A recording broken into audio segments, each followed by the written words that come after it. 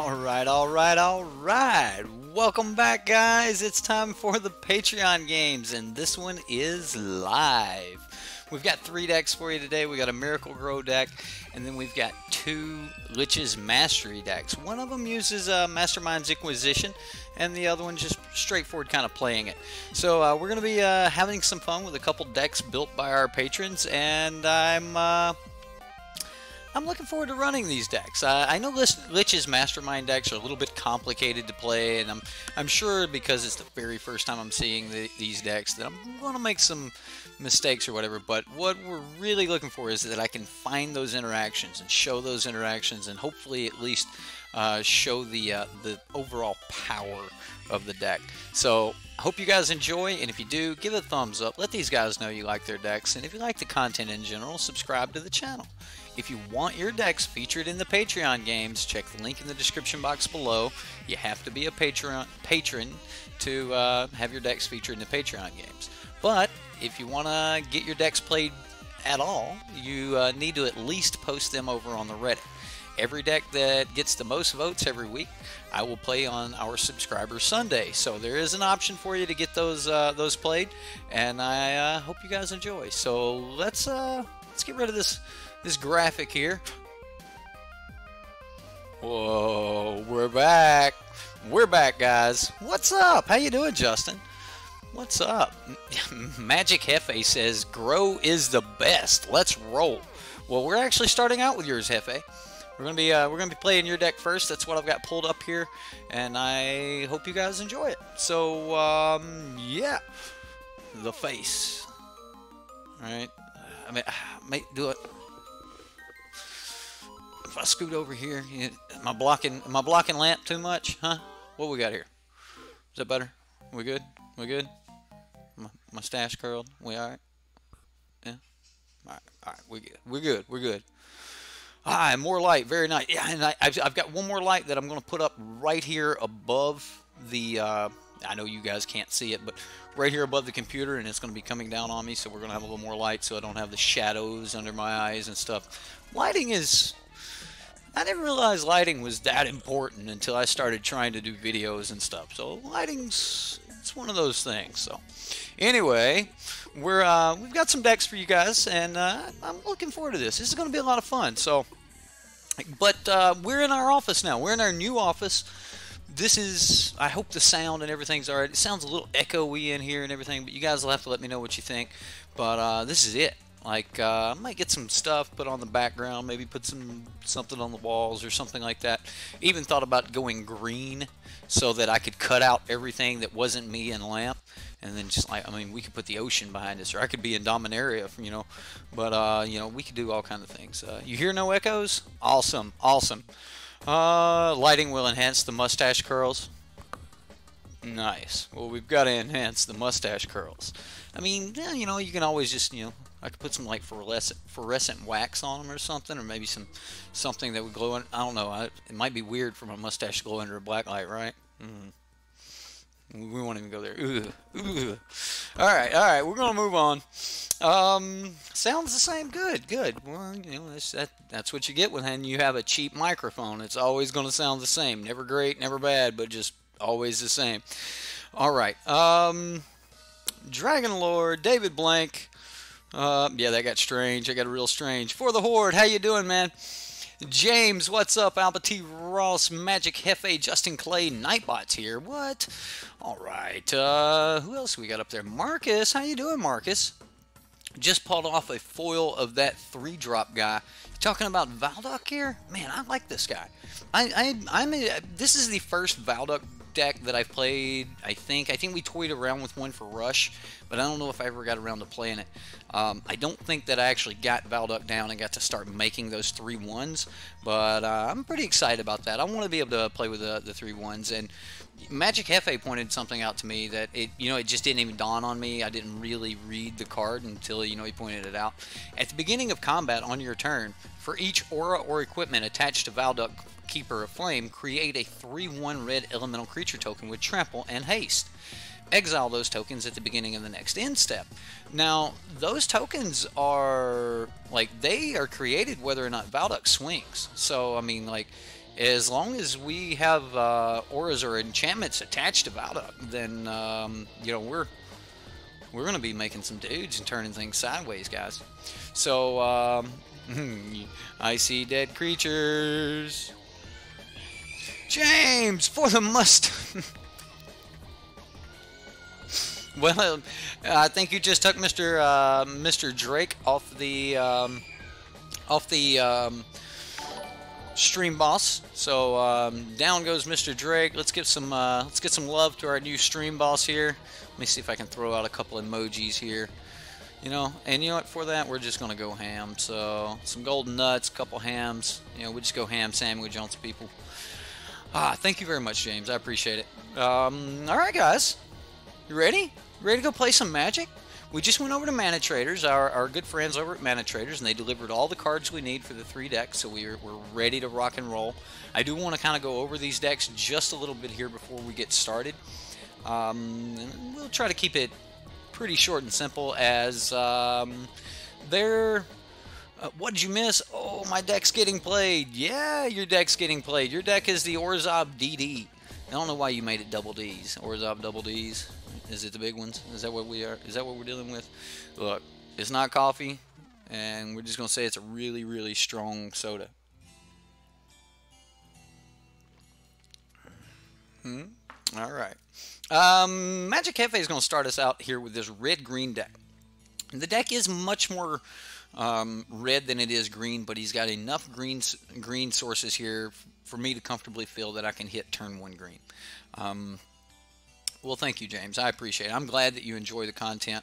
I know it's not for everybody. I mean, there's a lot of people out there much better players than I am, and they get absolutely nothing out of my content. But there are a lot of players that actually soda of the bourbon variety. Yeah, maybe, but we're gonna have fun. All right. This is my first stream in the new office. I am totally excited. And, you know, we're back. We got the camera back. We've got lamps back, you know. All right. You guys ready? He's got enough green sources here that I feel that I'm comfortable with being able to cast Land of War on 1. Land of War on 1 just means that we can turn 2 Valduk, and then turn 3 just fill him up with all kinds of really cool enchantments. And red has a lot going for it, right? Grandpa's cough syrup. Grandpa's cough syrup was old charter, lemon juice, honey, warm water. It was just a little bit. You know, you'd make we called it a hot toddy, and you know, you have the lemon juice, a little bit of warm water, old charter. Had to be at least 12 years old, or he didn't think it would do anything, you know, that sort of thing. So anyway, yeah. Salty boy, I was hoping my deck was up tonight. Actually, Justin, I'm going to run yours and Barry Drake's as solos. I'm going to run those as their individual decks. So I would expect those in the next couple days. So those are still coming, Justin. But I'm going to run yours and Barry Drake's in a solo. And that's just how I already had things scheduled. So I'm just going to try to stick to that. But hey, hope you'll enjoy it anyway. You made the biggest punt today at your PPTQ? Really? Do tell us about this punt. I will say that I heard from Ryan the Fire Burns that he come in 5th at his PPTQ. He was playing a Walker's deck, and you know, he come in 5th. So, you know, much props to him for coming in 5th. But, you know, we all know that, you know, in a PPTQ, we're all looking for that first place. Got to make that, you know, that RPTQ. So, you know, stay on the grind. That's kind of the way it works. You got to hit that grind and just hit them over and over. And, you know, if you top 8 them all, eventually you're going to get one of them first place. So, wear it out, you know. All you had to do was sack 3 goblins and had 11 mana, and you could have done, like, everything in the world, right? Oh, man. All right.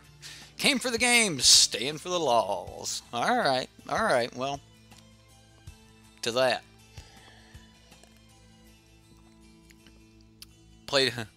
Had 11 mana, played a Fanatical Firebrand just to be a butt. He also punted several times piloting an untested deck at FNM this weekend. You learned a lot for sure. Dude, piloting decks you have never played before or untested decks is my life. I promise you. Every time you're piloting a deck you have never played before, you are learning stuff, man. That's learning more about Magic, learning more about interactions, learning how to spot interactions that you've never seen before, and things like that. So, yeah, I mean, it's playing decks you're not familiar with. You have to play them to get used to them, though. So, you know, hey, you got syncopated for 10. What? And you actually paid it. Wow. You're just being cocky. Gotcha. Alright, so let's talk about what enchantments we're going to be putting on this Valduk Keeper of Flame. Okay, we also have a Champion of Flame here. Champion of Flame gets, you know, +2/+2. Like, so this dude's going to grow a lot. And the other major creature here is going to be the Deeproot Champion. As we're casting our enchantments, any non-creature spell, Deeproot Champion is going to continue to grow. So I kind of like what he's got going here. This is actually the first time I've seen a Deeproot Champion in a deck that wasn't full of instants and sorceries. Like, most people try to go the spell route with him and go like Teamer or something so they can have the red-blue spells. But Jefe's actually decided he just wants to go the red and green and play enchantments. Now we've got you know, a bunch of 2-mana enchantments here. This one in particular, Frenzied Rage, is going to give +2/+1 and give Menace. We've got another here, See Red, that's going to give +2/+1 and give First Strike. Now the difference in this one and the other one that's really big is Frenzied Rage. Once you put it down, that's all that matters. It's down there. But See Red, you have to swing with a creature this turn. Not necessarily the creature that has a See Red attached to it, but you have to swing with at least a creature, or you're gonna. It's soda strong, boys. Or you're gonna lose your See Red. Swashbuckling. Now this was a card that I pulled in Ixalan Draft a few times. I really liked Swashbuckling, so I'm playing the wrong deck of yours. I'm not. You didn't want me to play the Mastermind, Lich's Mastery, Approach of the Second Sun, that deck? Oh no. Well,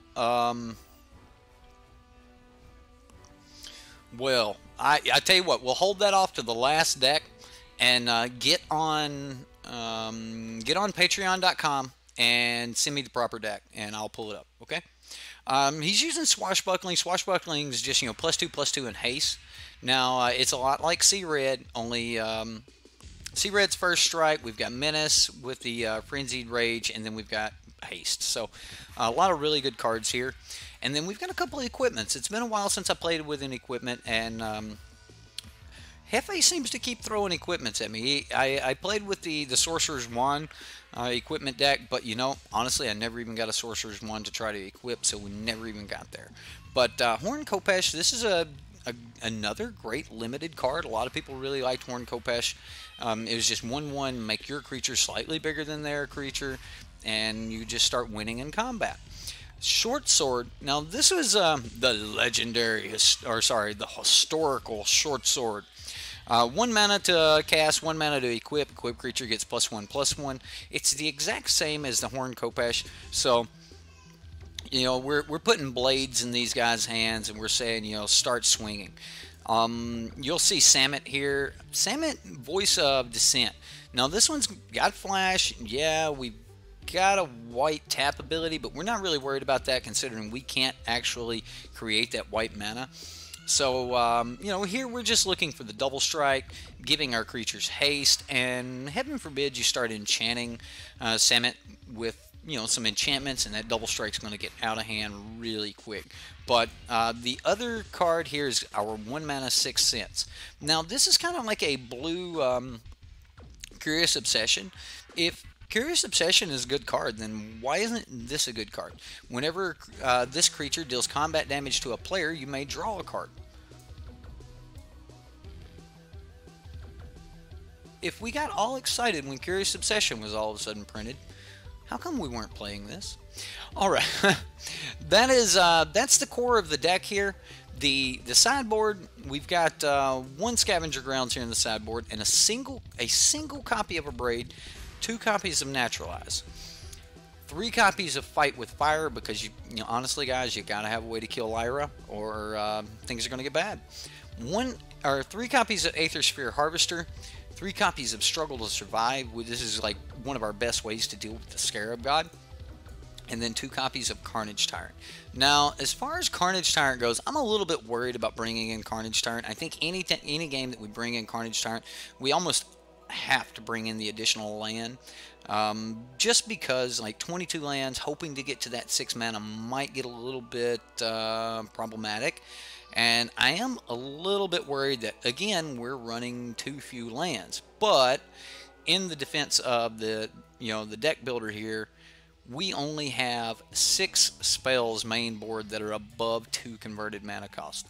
And we do have Lana War Elves, so 22 lands may be just where we want to be. Let me get chat back up here. I lost chat. What's up, chat? Squee, Black Blade, Flavor Win. Can Squee even pick up the Black Blade? Black Blade is your new jam. Well, I mean, it's killed 1 Elder Dragon. Maybe it can kill another. Who owns Black Blade on the lore? I don't know. But I know it was the blade that was used to kill like Bolus's brothers, or something like that. You agree? You almost included 2 lands for the Carnage Tyrant. Okay, so yeah. I mean, Carnage Tyrant is asking a lot out of the sideboard, but I mean, at least we can bring it up to 23, and then we have the Land of War Elves. We can probably get it. We can probably get it. Decon Black Blade Legends. Ah, okay. All right. So Decon owns the Black Blade. All right, guys. Here we go.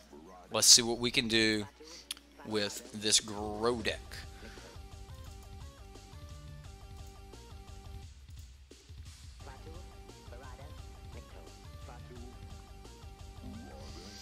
I assure you, Squee can and does pick up the Black Blade, and it's usually an 8-7 at that point. Just saying. Just saying. Alright, I won the die roll, so we're gonna go first. Oh, that hurts. What a mulligan. Alright, I don't think I mulligan again here. I even think that I put that on the bottom. And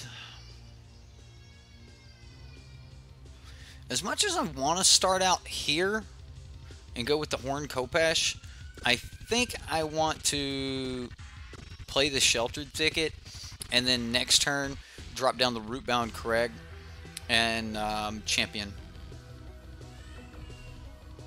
Although Champion may be better served on like 3 or something. Ooh, okay.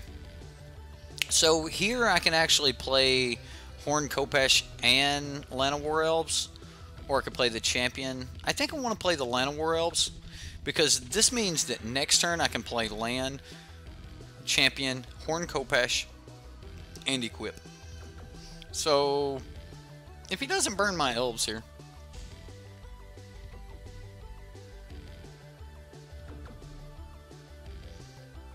And there went the Elves.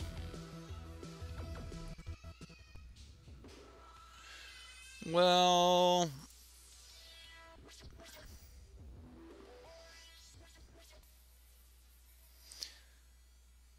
let's see if we can grow our champion outside the range of burn. Now, he's got black, so he actually may be able to just like Fatal Push it, or Vraska's Contempt or something like that, but we'll see if we can grow it.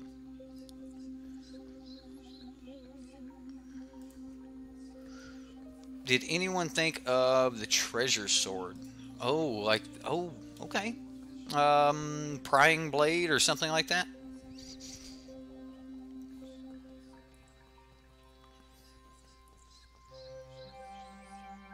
How much damage can we swing for this turn?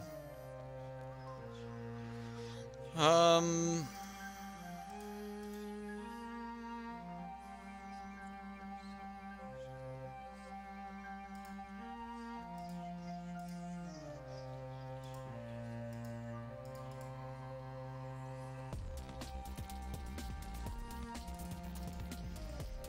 let's do it.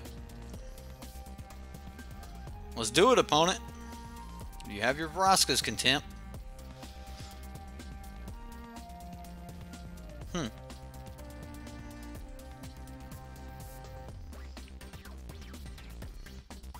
Alright, we're at 10.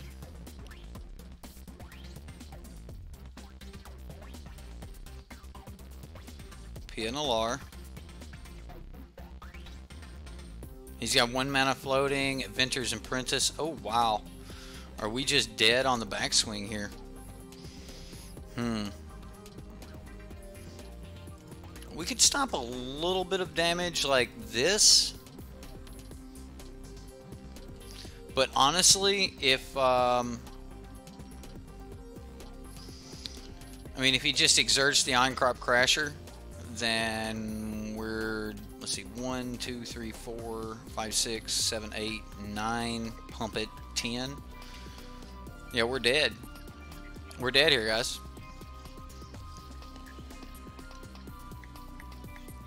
Just too slow to beat the red deck. I mean, that was, he just came out a little too fast there. I mean, I could have put C red here. C red would have went +2, +2 had been 9. We'd have hit for 11. So we needed like this card to be the 6 cents. That's what we need. It was not, though. We would have been swinging lethal. He would have had to put some bodies in front of it, which would have meant that we would have probably survived. But as it stands, we're dead on board. Is there any reason not to swing considering we're dead? I mean, if I don't swing, he exerts the on-crop crasher. We kill on-crop crasher. We live at 1 life and pray we draw the 1-drop enchantment and kill him on backswing. Does that even work? Huh. If he's got any burn whatsoever in his hand or unlicensed disintegration, we're dead. We're just dead. So I gotta get me a higher chair. I gotta get a higher chair so I can set up. Well, it lacks speed, but we're missing killing red deck by like 2 points, okay? And we know how fast red deck is, so yeah, you can say it lacks speed, but as far as our what was it, turn 3 swing, turn 4 swing, we actually caught up with and passed red deck.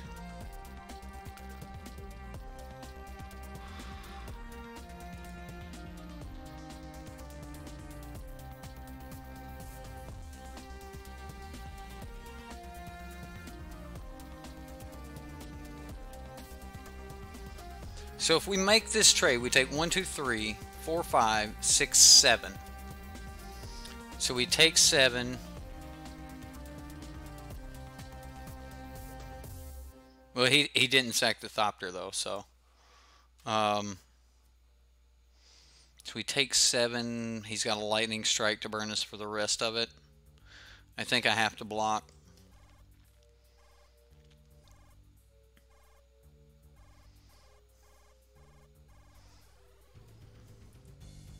Rekindling Phoenix. Okay.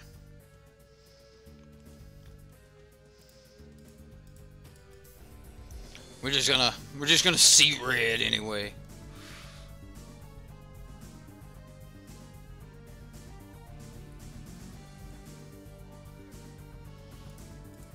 Rawr.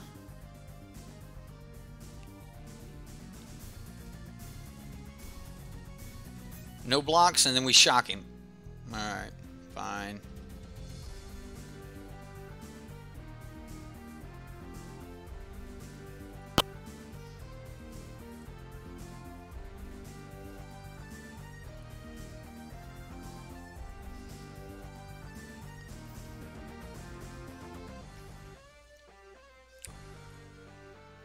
A shock would be nice.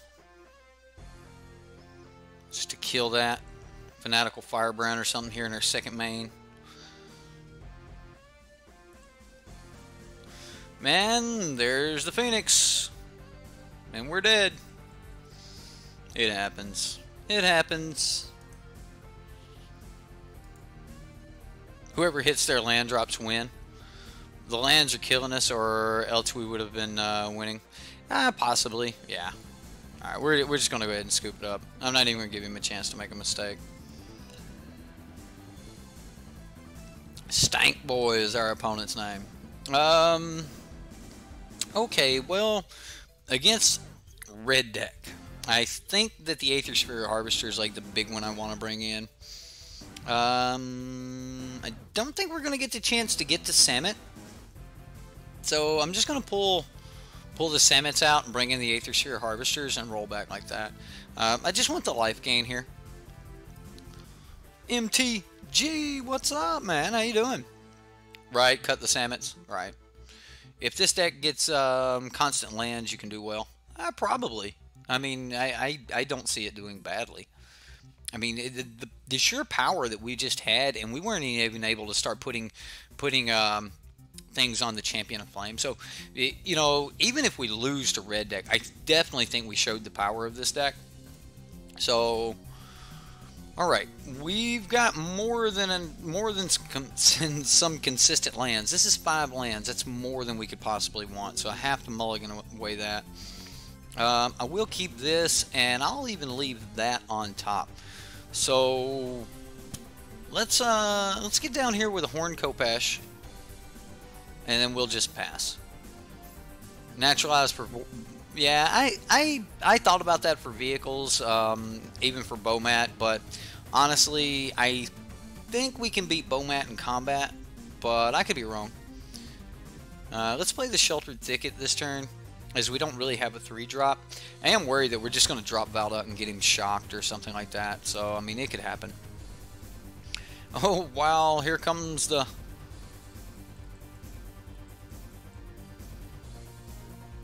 Yeah. He's bringing the pain.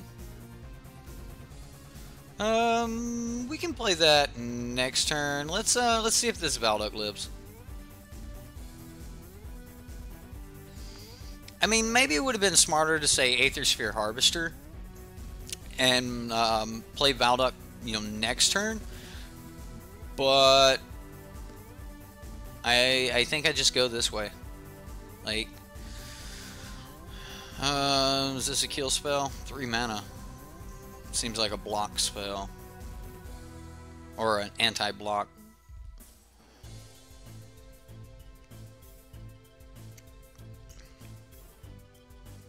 I mean, giving him first strike's not going to be bad. I expect him just... Okay, he's backed off of this. He's just going to kill my Valduk.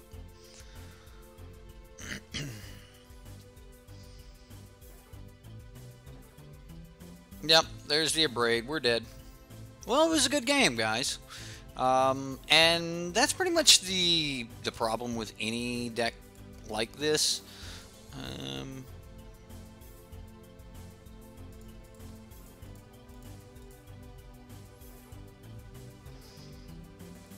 Oh, I didn't attack. Oh, I didn't know. I didn't even think about the fact you couldn't do that with see red. Oh, now I'm going to be seeing red. Yeah. You guys can call it a punt, but I don't know if that would have dug us out or not. We'll see, though. I mean, I think the better play would have actually been to Horn Kopesh on it. It would at least made it a 2-2 so that it could have fought, but it looks like he was going to take it anyway. So any extra power we were going to give it was just going to hurt us.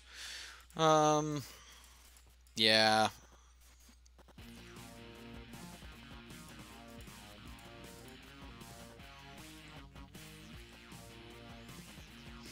So, I mean, at least we can block here and try to gain a little life.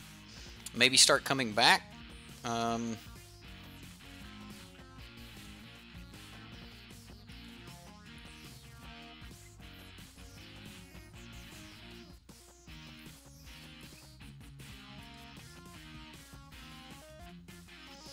I assume that he has a braid here.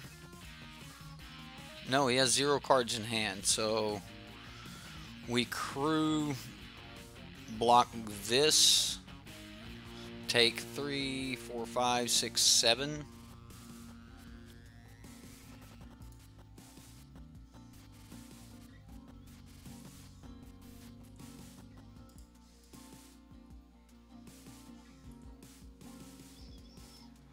Okay, well,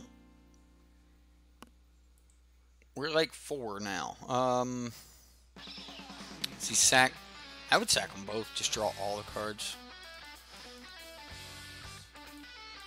I mean, now he's got 5 cards in hand again. Yeah.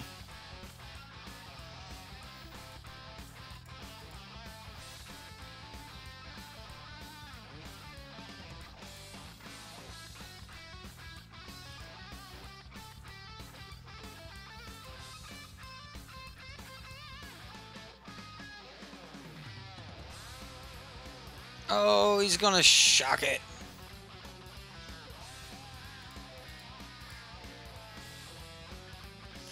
Alright, well, we'll pass turn here and go from here.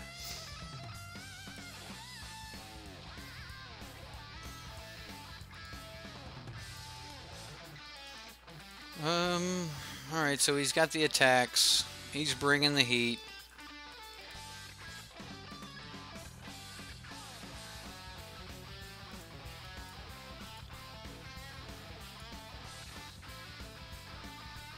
I think I block Inventor's Apprentice here. Unlicensed Disintegration is just going to make short work of us. Well, that's game, guys. Unfortunately, red deck just got too quick for us. Again, I don't know if having that sea red would have really saved us or not.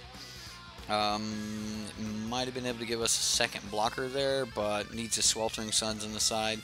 Yeah, possibly. Yeah, I feel bad about not swinging, like playing this on when I couldn't swing, but right, red deck wins. Go figure. I like the idea of the deck, and the amount of power we got out of the Champion of Flame was great. Yeah, I like Salmon. I have wanted to put Salmon in a Naya Glorybringer deck that I've tried to brew like 4 or 5 times, just because I wanted to have like those exerts and stuff. But yeah, Shala with 4 toughness is above a lot of removal, is another key part of why you like her with Dauntless. Yeah. Yeah, this particular card, like just watching the power level of that is going to be my major takeaway. I did not get a chance to really, do some things with Valduk, mainly because, if you're trying to play him on turn 3, then you're going to have to wait a whole turn before you can do things. Champion of Flame is a little bit cheaper. You can play him and throw some stuff on him pretty quick. Maybe more lands in the deck. I know that you want a nice, chain of enchantments and stuff, but maybe a couple enchantments that replace themselves. But yeah, Valduk's for late. He would definitely help you out a lot late. But the champion, just the fact that we were an 11-10 swinging and fighting with red deck, just because we had this champion like that kind of got me a little bit excited. So I liked it, and yeah. At least blue-white auras could use counter spells and control cards.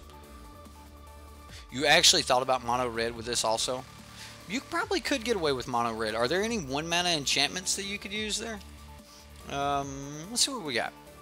So if we looked at red and the type enchantment, let's make sure we have even the ones that I don't own. So, oh, I just threw a card away. What did I throw away? 6 cents. Yeah, you could use Cartouche. Consuming Fervor. Wow, yeah. Cartouche, Consuming Fervor. We're already running the Frenzied Rage. Giant Spectacle is pretty much the same as in Frenzied Rage. See red, we're already running that.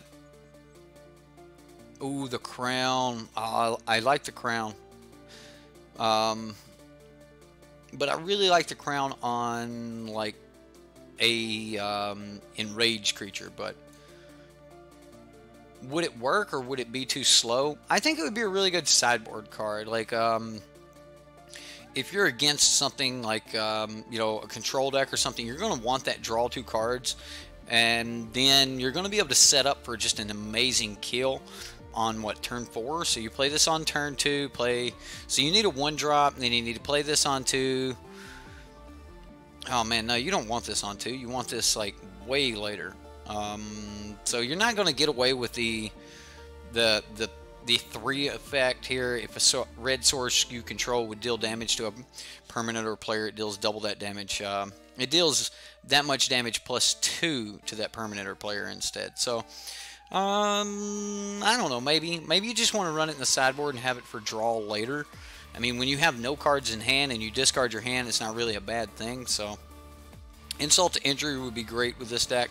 Well, that's kind of what the second ability is, but I mean, okay. Well, either way, guys, we're that's the deck, man. I wish it would have ran a little bit better, but it's really hard to say that it didn't run good in the first place. I mean, we just seen an 11-10.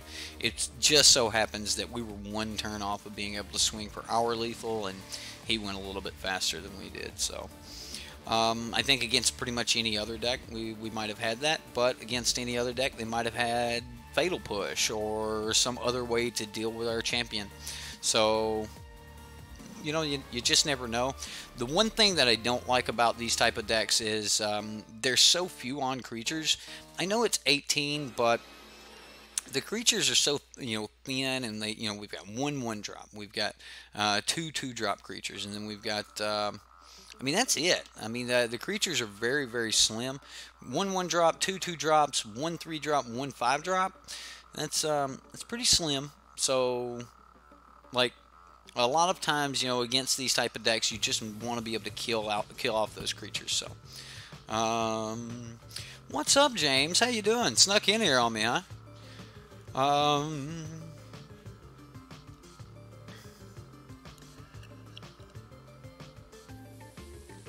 All right, that was our deck. We're gonna move on here, guys. The next one here is by Jefe. Now, this is an Esper Lich's Mastery deck. And the deck's really, really interesting. I mean, every time that we draw a card or that we gain life, we're going to draw cards. The big one here is that you play the Lich's Mastery, and then you play Approach of the Second Sun. Approach goes 7 cards deep. You gain 7 life, draw 7 cards. Next turn, just cast the same approach again. However, he's only got 1 approach, 2 Lich's Masteries. Looks like this is going to be a, you know, a slow, you know, drug out fight. We're going to have to play, you know, a control game, and in our control game we've actually, you know, we've got quite a few sorcery speed spells, which doesn't really line up really well for me when it comes to control. It means that we have to play most of those really, really late if we plan on playing some of our instant speed spells here. If we can get to Fairy Down, then we can normally, you know, play our instance or our sorcery speed spells and then untap enough mana to cast like something like a Silhouette or a Negate or an Essence Scatter. So that is the game plan here, that we're going to get some Planeswalkers down. We're going to control the board with cards like Vraska's Contempt, Silhouette, try to keep things off the board with Essence Scatters and Negates. Make sure that we keep cards in our hand with Search for Azcanta. Gideon and Dovin Bond are going to hold back the forces for us. Doomfall is going to make sure that, you know, the opponent's not holding something in their hand, or make sure they don't have a creature that we can't deal with. Mastermind's Acquisition is going to make sure that, you know, if we need that special card to deal with the current situation, it's going to get it for us. Lyra Dawnbringer is going to dig us out of a hole when we're in one. And Fumigate is going to be something the same. It's basically going to, you know, reset everything, let us, you know, restart the battlefield here. Hopefully we get to, you know, maintain some planeswalkers here. The cast out, of course, answers just about anything you could want it to, and then we've already really covered the Lich's Mastery and Approach of the Second Sun.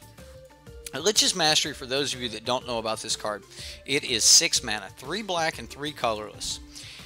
The enchantment itself has hexproof, and the next line says you can't lose the game. So they can't target it, and you can't lose the game. Even if something says that you would lose the game, this says you can't lose the game. So, doesn't matter if you would lose the game. Whenever you gain life, you draw that many cards. Whenever you lose life, for each one life you lost, exile a permanent you control and a card from or a card from your hand or graveyard. Now, if you play Lich's Mastery and you don't have a graveyard full, or you don't have a bunch of cards in your hand, or you don't have a good way to gain some life, then when you take damage, and that's kind of one of the things that about Lich's Mastery that I have noticed, and when I was playing these decks, most of the time you need to clean the battlefield off before you can actually get down the Mastery. So Mastery is just one of those cards that if they've got a lot of power on the battlefield, yeah, it may help you dig out, but you may also end up losing all of your lands, and then you're kind of stuck waiting to die. Because the very last line says that when Lich's Mastery leaves the battlefield, you lose the game. So River's Rebuke, or them just hitting you for enough that you have to get rid of all your lands, you have to get rid of pretty much everything, Lich's Mastery will then leave the battlefield, and then you lose the game. So let's look at the sideboard here and see what we've got. Authority of the Consuls has been really, really consistent in these Lich's Mastery decks, mainly because, like, once you get Mastery down, if you have an Authority, every creature they play is going to draw you a card, because you're going to gain that life. I mean, their creature is going to enter the battlefield tapped. You're going to gain a life and draw a card. That's kind of where you want to be in a deck like this. We have an extra Essence Scatter, an extra Negate, and an extra Jace, or a single Jace's Defeat. Jace's Defeat's just a really good card. We can stop, Gear Hulks, the Scarab God, a ton of things that a lot of people don't realize is blue. Search for Escanta, yeah, everybody knows these cards are blue, but just a lot of really good cards that we can answer here. When you think of this, you think, oh, you can only get that blue spell. But remember, everything that is multicolored is also those colors. So if you got a red-green, or a blue-green or a blue-red creature or permanent, those are also still blue, so no problems there. A singleton copy of Cast Down, a couple copies of Lost Legacy, and then a Crook. Now, I like Crook, and I love the Profane Procession here. Profane's just a good way to deal with things. Once you got a lot of mana out, if you're playing that control game, Profane's just going to be great for you. And then, of course, this is one that I was not exactly used to, but I kind of like the gain 4 life off of it. When you're in a Lich's Mastery deck, this is a little bit more important to me than being able to cycle.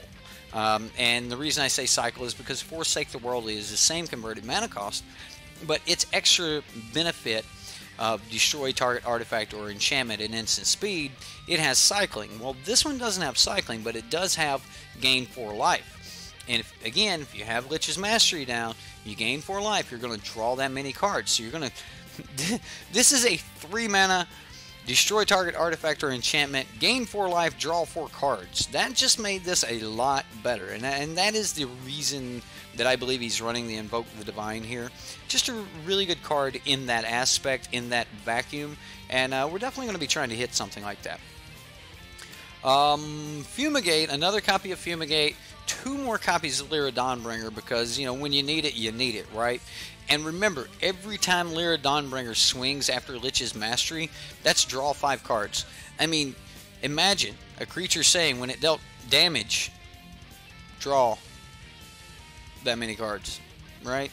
That's what this says.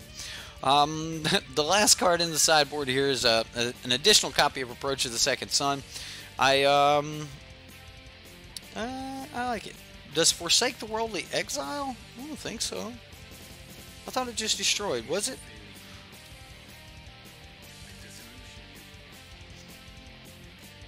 Oh, it is exile target artifact or enchantment. Alright. You're right. It does exile. Doesn't gain the 4 life, though. which means it wouldn't draw the 4 cards. So I'm gonna go. I'm gonna stick with I like Invoke the Divine in this particular deck. All right, guys, that's the deck. Let's see if we can get into a game and have a little fun.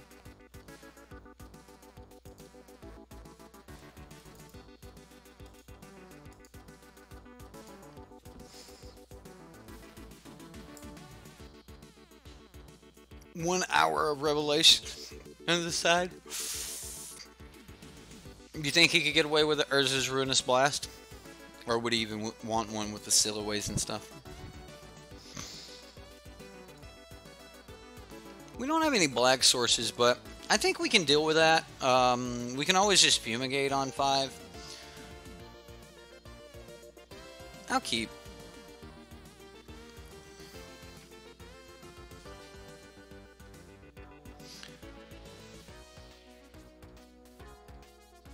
You have a workaround for Mastery getting Rivers Rebuked? I'm curious.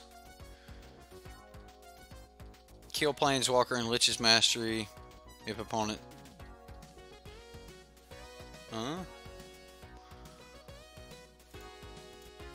Yeah, okay.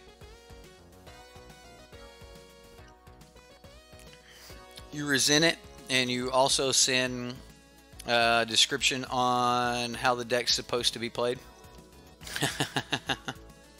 All right, Rush. I'll pull it up as soon as we're done here.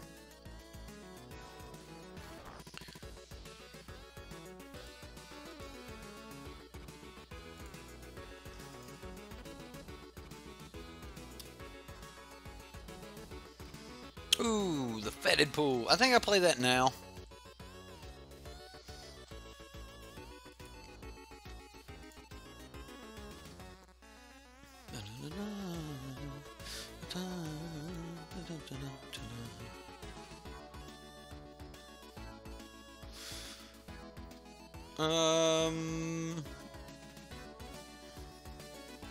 I don't see brief description. I see deck list, but I don't see brief description.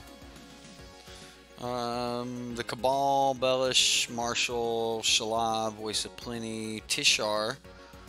Ooh, wow. Alright. Alright.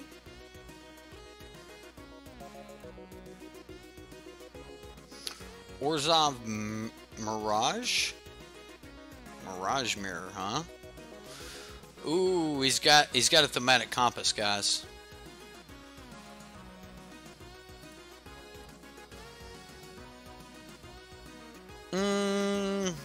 Do we just hit like whatever Planeswalker he gets this turn?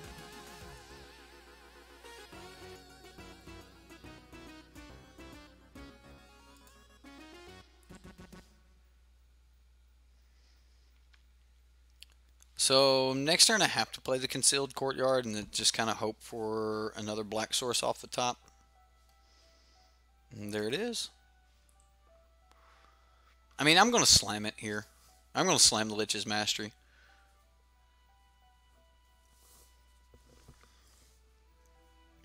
I mean, that could be wrong, like not playing around the control deck. But I'm going to go for it anyway. Anything he tries to do this turn, I'm just going to try to cast it out. Okay, he's got to go get some deserts.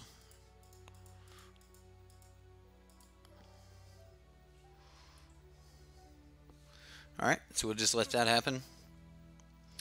He is going to be tapped out here, so this is our option, our chance, our window to get this down and then let him, you know, cast it out. So here we go.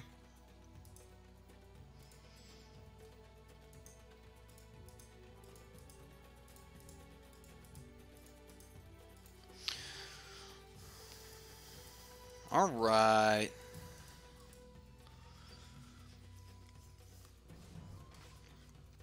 This looks pretty good. Alright, video description. Let's see what I can do here. I'm going to change Rush's deck.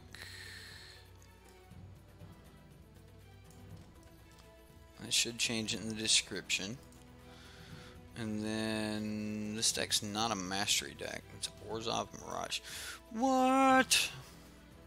He cast that spell. No. Does he just have another?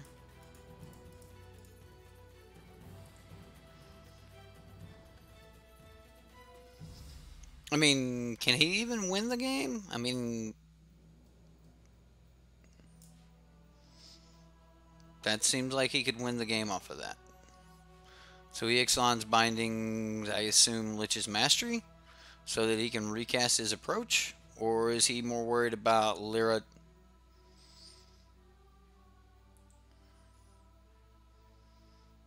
Okay. No more cast outs, and now he has a ton of creatures. Okay.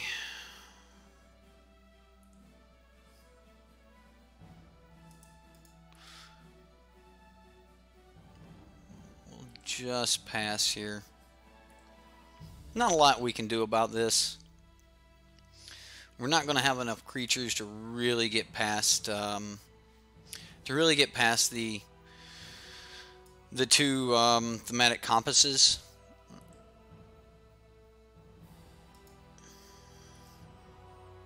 I mean, we can make him use his mana every turn. I mean, he has to. Oh, wow.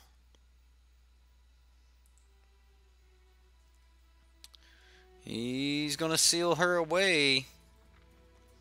So he wanted to let it turn sideways. I mean, she was turned sideways long before she attacked. Wonder why he would allow me to hit. Why did I move? Oh my goodness.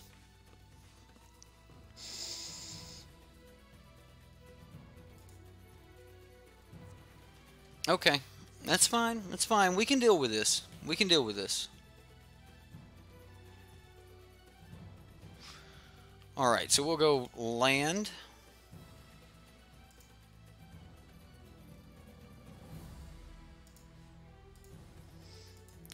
Doomfall?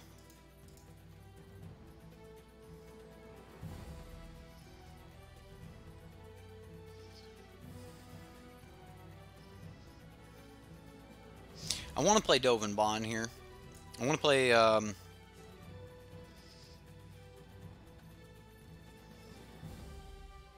Pull from Tomorrow.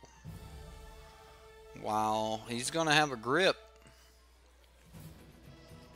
Definitely a grip.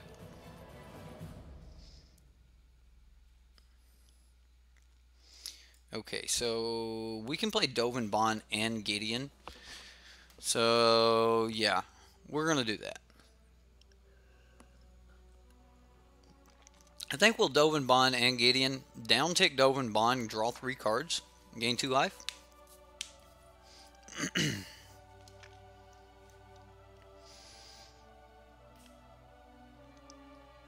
I mean, he's letting this resolve, I assume, and we pull the approach out of his hand. I don't even know if we need to pull the approach out of his hand. We need to pull anything that could deal with Lich's Mastery, that's for sure. So, let's see what's going on here.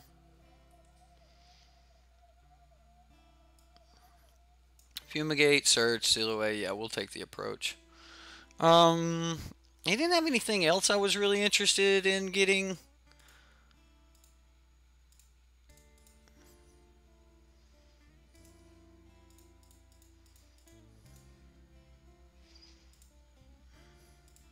I'm just gonna make another emblem. I'm just gonna make an emblem with Gideon, and this way, even if he removes the Lich's Mastery, I still have a little bit of backup for his approach to Second Sons, and we'll just go that way. I mean, he needs to be able to deal with 2 Gideons, or Gideon and Lich's Mastery now, so that shouldn't be too bad for us.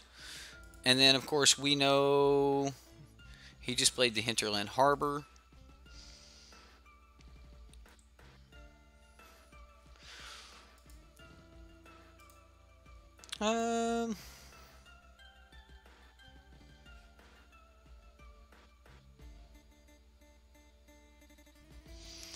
kind of interested in doomfalling him again. And we'll just take away... We'll take away a seal away.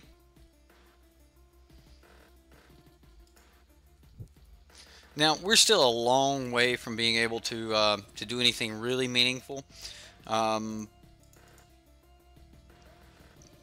I'm going to just pop his... Ooh, wow, we grabbed our last basic.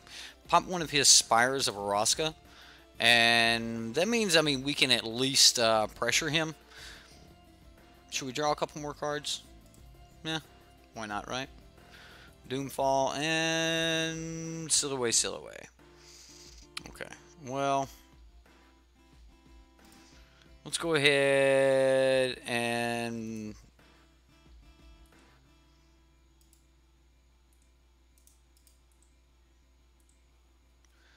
wow, he just took it. Okay, we're gonna get rid of Fumigate. Seal away. I think we're good there. Just in case he has like a Gear Hulk or something like that, maybe we can Essence Scatter that. So.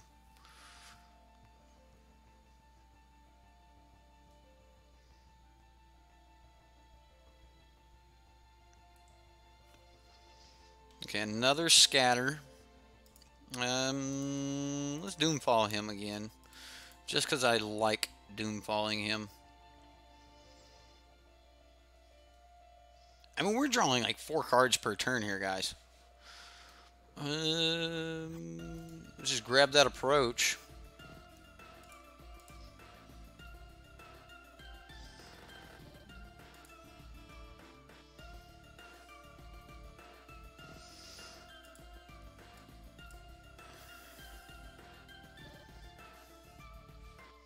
Let's cancel that.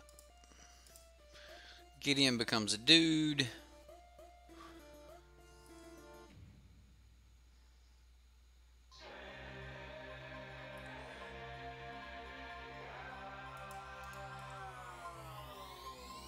And then we just pass. So he's going to look for some cards here. I assume he's looking for like Seal Away or something like that.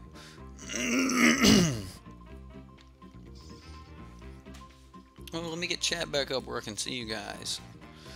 Whoa. This deck needs ping lands bad, right?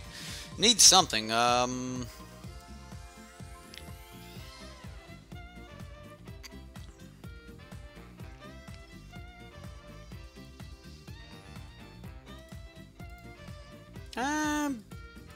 I'm just going to say no to that. I'm more afraid that it'll hit the Lich's Mastery than anything.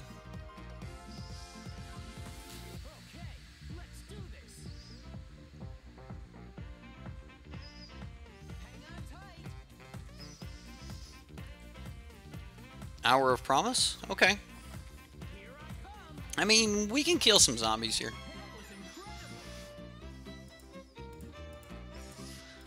I was kind of looking for a reason to fire this Vraska's Contempt off and draw a couple extra cards anyway.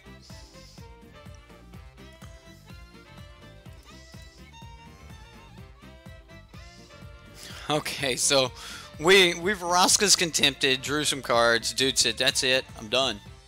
That's it. I don't want to play against this crazy deck anymore. Right? Like, he scooped it up. Exactly. I was saying that he might be able to remove it, and I kept forgetting the fact that it had Mastery. There was no way to cast it out. There was no way to do anything like that. So, yeah, I kept forgetting the fact that you just can't remove it. Like, you have to Hour of Revelation, you have to River's Rebuke, and what's the other one?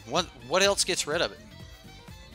Yes, Jank, you missed Jefe's deck. Jefe's deck, by like turn 4, we were swinging, maybe it was 5, we were swinging with an 11-10. So it was a really cool deck, so. How does sacking Mastery prevent the Lost Claws? It does not. It is currently the best and pretty much only way to abuse both the ping lands and also avoid the lose the game clause on mastery. I don't think you're going to sack it. Oh wait, Gideon. Okay. So if Gideon's there, you still can't lose the game. So even though the mastery says you lose the game, oh, there you go. You know, I didn't even see that interaction, but that makes perfect sense. Makes good sense. All right, okay. Man, some of these decks you guys bring me, like you guys are out there with the ideas and stuff. So I love it. I love it. Keep them coming. This is what we get from our patrons, guys. They're like, hey, look, check this interaction out. Go through this, find these interactions, show them to people, and that's kind of what we're doing here. I mean, I'm learning with you guys, I guess you could say, on these. Yeah, I didn't even realize that the emblem meant that if he could remove the... it doesn't save you from River's Rebuke, though, right? I mean, because River's Rebuke's going to put everything back in your hand, including the game. Wait, Gideon Emblem prevents the game loss from Lich. Yes.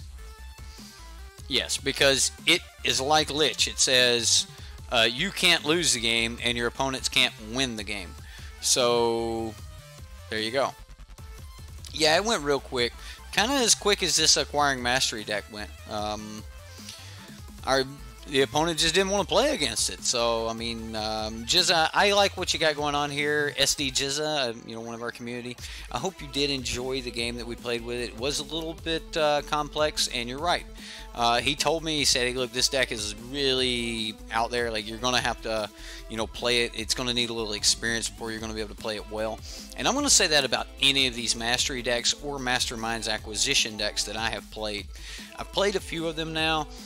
And all of them were extremely complicated, and every time I played one, I was finding different lines, different interactions, and things like that. So if you decide that you want to play a Masterminds Acquisition deck or a Lich's Mastery deck, make sure that you really understand all the interactions in and out, that you know what's going to happen, what's not going to happen, you know what you have to play around and what you don't have to play around.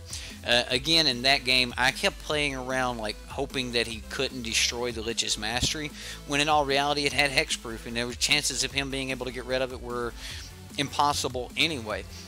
So, which is probably why he scooped. He knew he didn't have anything in the sideboard to be able to deal with something like Lich's Mastery. So, really cool card. A lot of fun.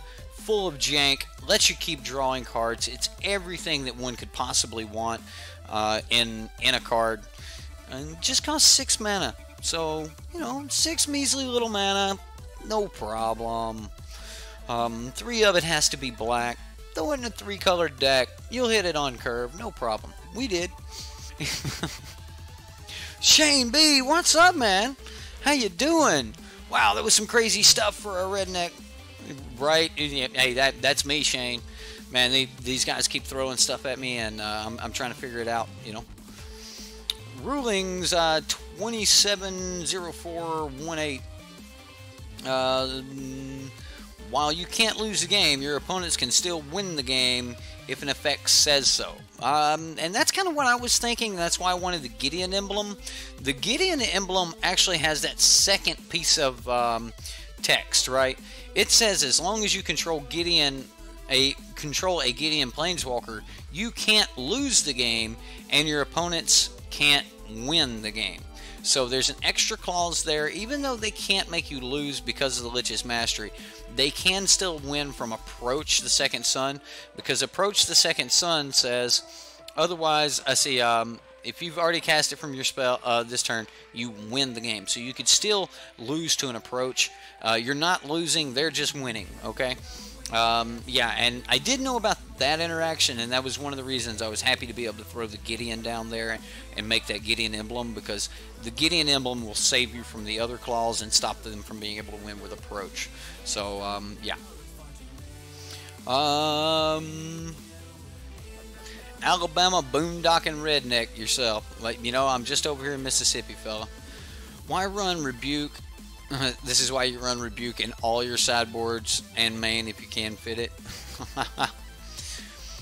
Whose birthday? What? Whose birthday is it? Lich's Mastery and Aetherflux Reservoir sounds good on paper. Maybe. I mean, you can like Brawl's Expertise and bounce some of their stuff, get down your Aetherflux Reservoir, Lich's Mastery, do some other things. Yeah. Well, happy birthday, Rush. Happy birthday, good man. You'll be 29. All right. Well, you're close to my age. Well, happy birthday, dude. And for all of you that, you know, have mothers that you all love and, you know, care about, make sure you get out there and see those moms tomorrow and give them some love. And wow. Jadog Casey and who'd I miss? Who'd I miss? Did I miss it? Oh no, I missed somebody. Let's go back. Let's go back. We got this. Who'd I miss? Okay, we're gonna do crazy stuff. We're gonna do crazy stuff. I missed somebody. I missed chat. Alright, if I hold this. Mutilated Sloth, thank you very much. Thank you, everyone. Thank you for subscribing, Mutilated Sloth and J-Dog Casey. That's G-Dog Casey. All right. Hopefully we got everything back. That was a fun deck. I had a lot of fun with that one. Let's go check out. All right, so this was a Mirage Mirror deck that I was going to run for Rush, but Rush is wanting. Where's my downloads? He's wanting me to run this deck instead. And we're going to see if I got the cards for it. If I don't, we'll just jump over to Mana Traders. We'll grab the cards and go from there. Wow, yeah, this is much different. Much different. Okay, Rush. I got you. I got you. Let's turn in the cards we currently have. So you do not want the DD deck. So we'll get rid of that one since that's the wrong deck.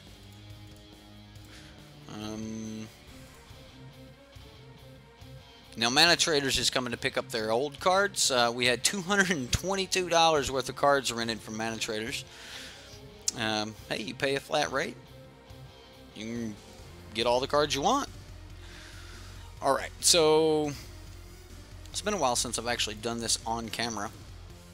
I try to have all these ready here, but we'll get rid of Rush's other deck. Let's go make sure the wish list is clean. Get rid of that stuff. We'll grab the Orzhov Mirage. Add the missing cards to wish list. Exile or exile the wish list, right? And then let's jump over to Mana Traders, shall we? Wow, come back. Come back, deck. There we go. And we're just going to upload. Where's that wish list?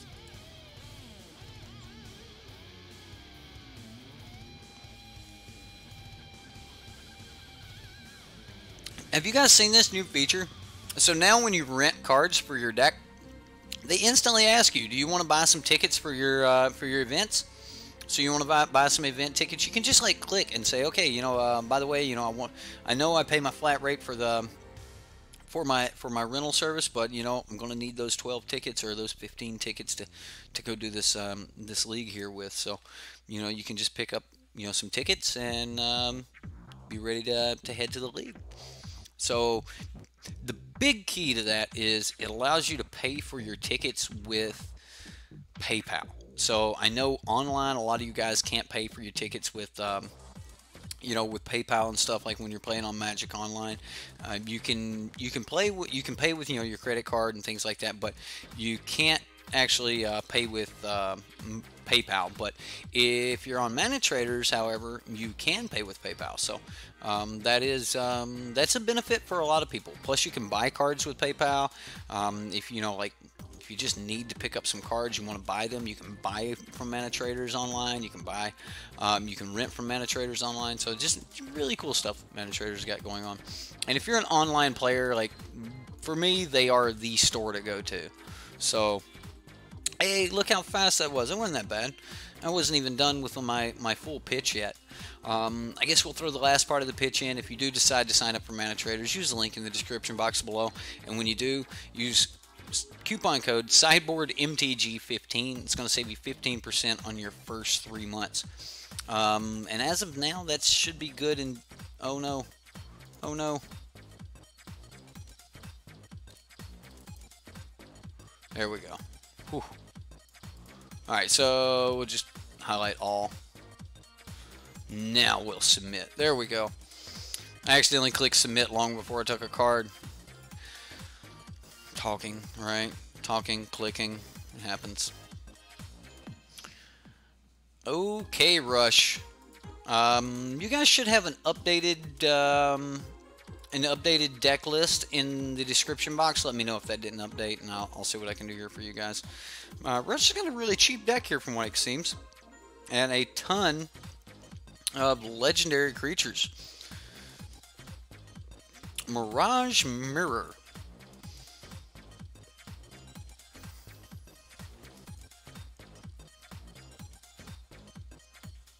What happens when you copy a saga?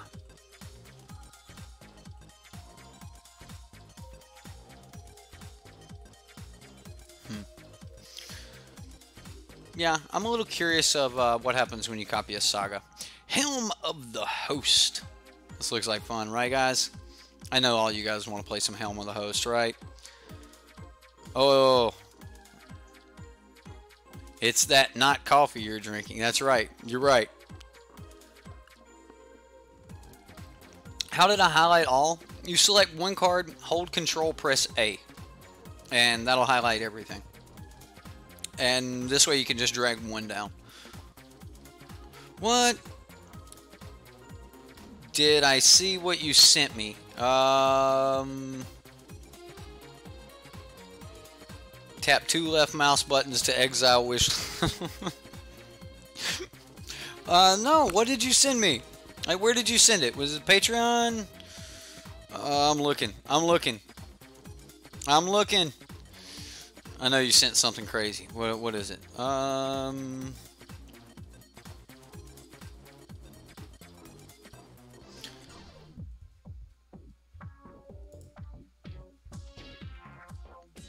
Here's what I got. Calling it. Oh, that's Jizza's. That's Jizza.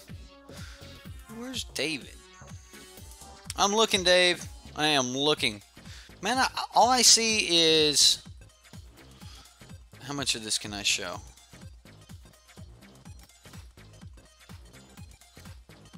Oh, come on. I don't want to get doxxed for like showing too much information. This is all I can see, Dave. Alright, well, we moved the whole thing. Alright, so you can see some of my patrons. But this is it. This is all you sent me, bro. So this was back when we were talking about the Saram's deck, and I said, sorry I haven't responded in a few days, and then you just sent this. But it's showing that I've got, these are from Ryan and Jeffrey Willig. So, no man, I did not see what you got. Alright, let's talk about what he does have here, though, that what we're playing with. We've got Silhouette, we've got Hidden Stockpile.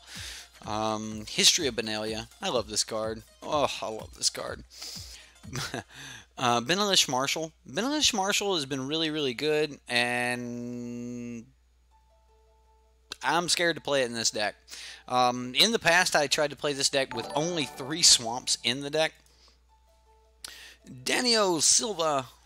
Danilo?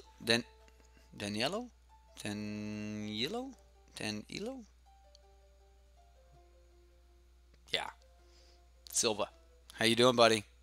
Welcome to the channel. Anyway,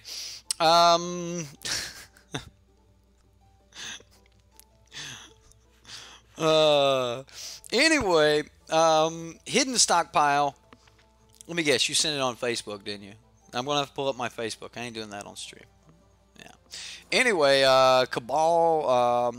Cabal's great. I love Cabal. And with all the control people are playing, Campbell is going to be just awesome. Do y'all call him Cabal? Campbell? Is this Campbell? Chicken Noodle? We just call him Chicken Noodle, right?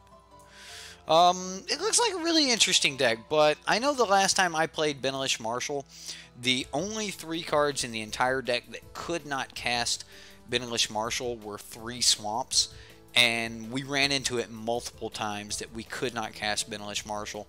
And in this particular deck, we've got 6 lands that can't cast Lich Marshall. So, Oliviera. What? Olivia. What? Olivia. I can't say it. Olivia. Brazil. I just think of the UFC fighter that was Brazilian every time I think of Brazil. So, Mortal Kombat. Comball. Yeah, cool. Anyway. We're hoping to copy some of these things with Helm of the Host. We've got Ariel, Knight of Windgrace.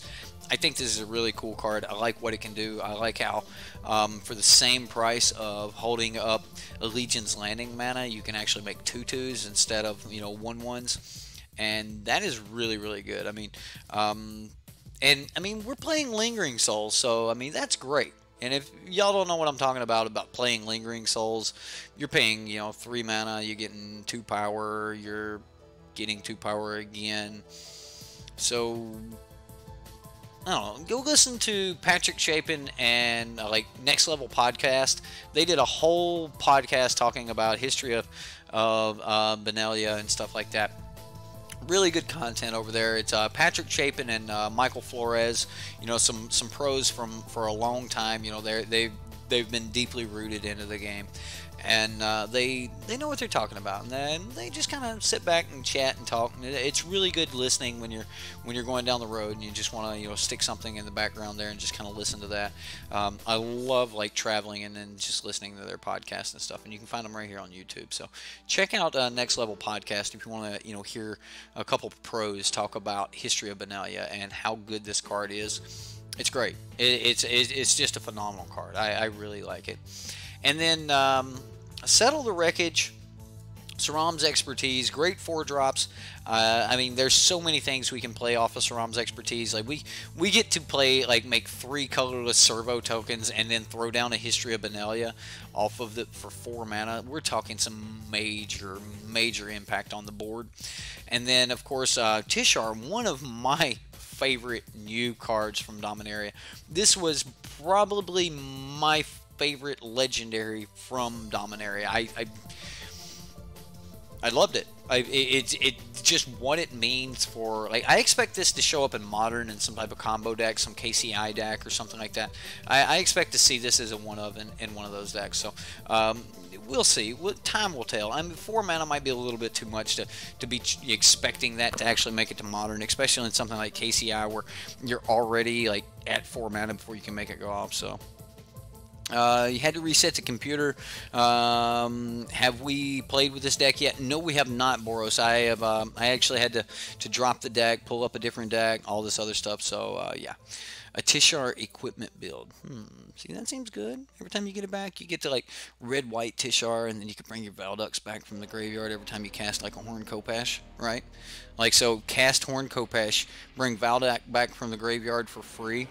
Pay 1 more mana, equip it, go into combat, make a 3/1 swing.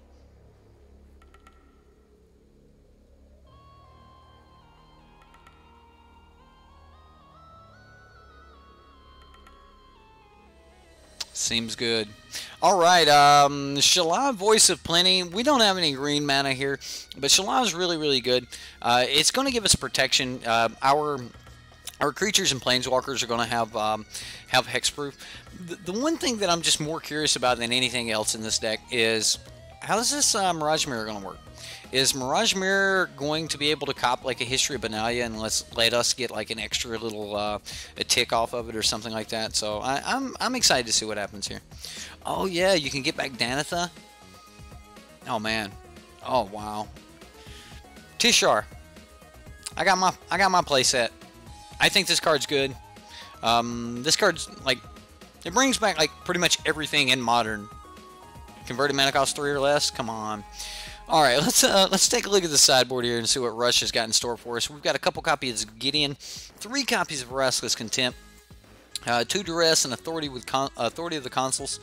You know, just playing 1 Authority, guys, like, it seems like you're not really expecting to need it. So, what's shaking, Sisk? How you doing, man?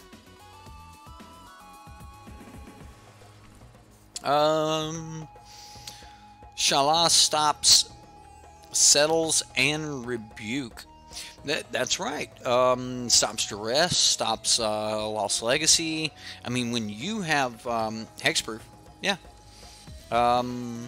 Whose deck is this, Jeffrey? This is Rush's deck. So let's hope it plays well. Gideon's Intervention. I was actually really I like this card. I've been impressed lately by Gideon's Intervention and how well it can stop things like Carnage Tyrant and stuff like that. So, Gideon's Intervention, just a great card.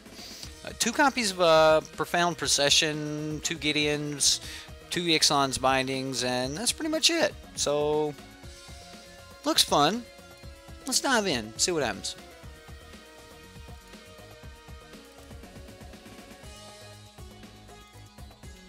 Ooh, here we go. Start, please. Gotcha. Gotcha, Kent.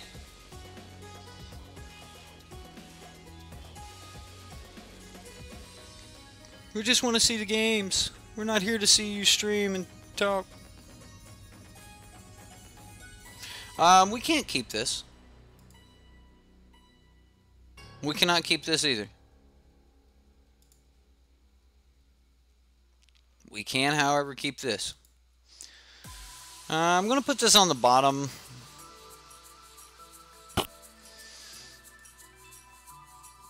It's not exactly like an ideal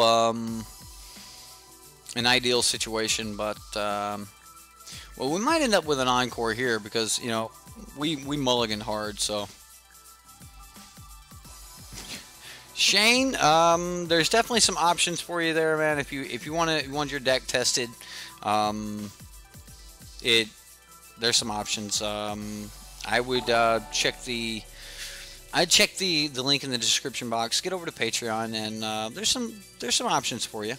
Remember, your first month at Patreon does have to clear before before you can do a deck, and those are all it charges at the beginning of the month. So anyone who signs up after the first, so if you sign up from the second to the next first, nothing will be charged until after that. So wow, he's just reveal a creature or a land card. What do you reveal? So you got a Glensleeve Cipher and Woodland Cemetery. Okay. Well, thank you very much, Shane, and post your deck over on or maybe you already have over on the Reddit, and we'll take a look at it if I get a chance. Ah, man, nothing to play. Got me. Got me. Let's see if it can take on your big green. Jeffrey, your deck ran really well, man. I was worried when we come up against Nick and the Scarab God deck. And Nick was one of the better players at my LGS when he played there. He was just a really good player. And yeah, it was good to see your deck just kind of go off there.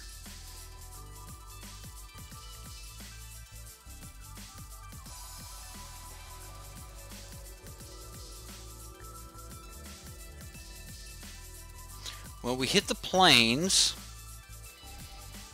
I don't think there's going to be a lot we can do here, but we're just going to play a Campbell. Campbell's.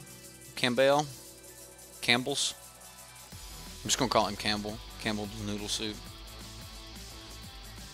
We'll take it. I mean, if he goes back to playing like Adventurer's Impulse, we're going to be profiting here. Another Jade Light Ranger. Come on. Untap land off the top. You can do it. You know you wanna.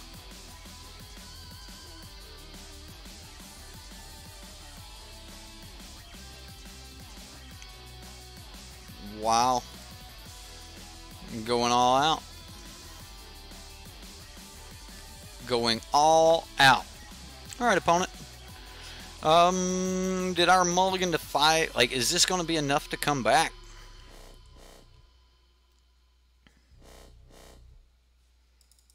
I will exile those. I mean, he's hurt on land too, but he does have his, he's got 5 mana here, so he's not that hurt.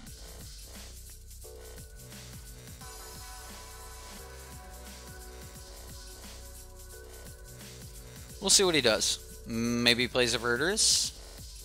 A Verdurus.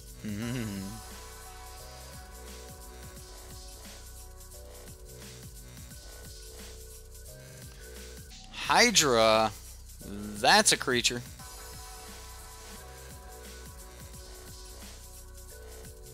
Ooh, there's the impulse. What is he gonna reveal? If near Deadlands is what he took? Okay.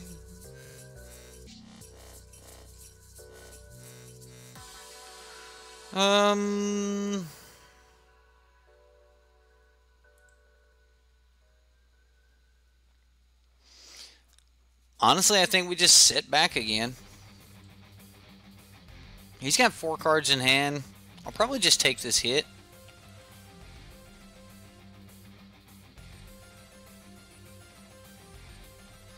Or do we just set up? I think I'll just take this hit.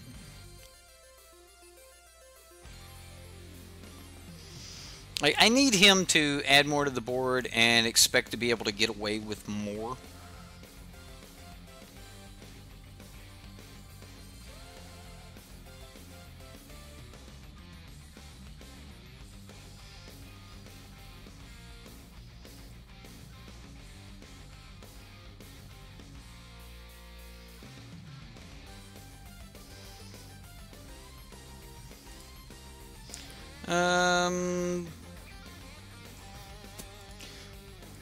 Let's play a Tishar. Again, I am wanting to get away with I'm being very, very greedy right here. I'm expecting to lose Kimball in combat.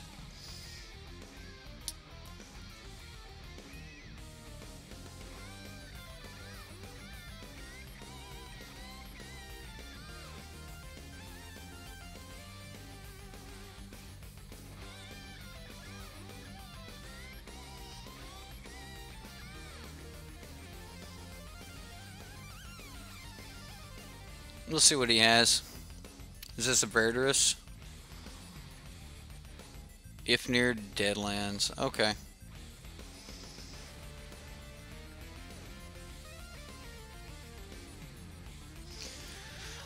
Well, I am a little bit curious if I don't... Do I just stick Kimball in here anyway? Do I just put him in front of this? Let's do that. Let's stop a little bit of this damage, and hopefully if the board's clear here, we can just pass the turn and, like, we might get crazy. Like, he might get crazy and just swing with everything. Who knows? We'll find out.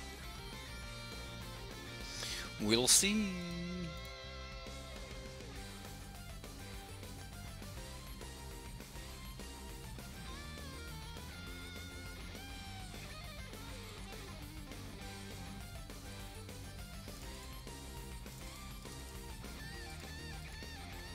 Settle the wreckage?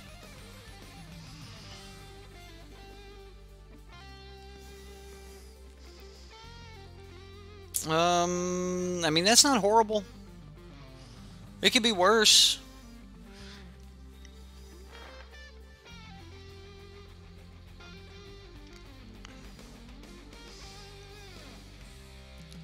No, I did not play Justin Clay's deck. I'm going to do Justin Clay's like I did yours. I figured you guys were friends, and if I made yours like its own separate video and I made his like part of this, then you know I might get in trouble. So I might want to do them both as their own separate videos. So I'm going to do Justin Clay's and Barry Drake's. So you guys probably know Barry. Yeah, we're going to do Justin's and Barry's. I guess. Oh man, we're 1 land short.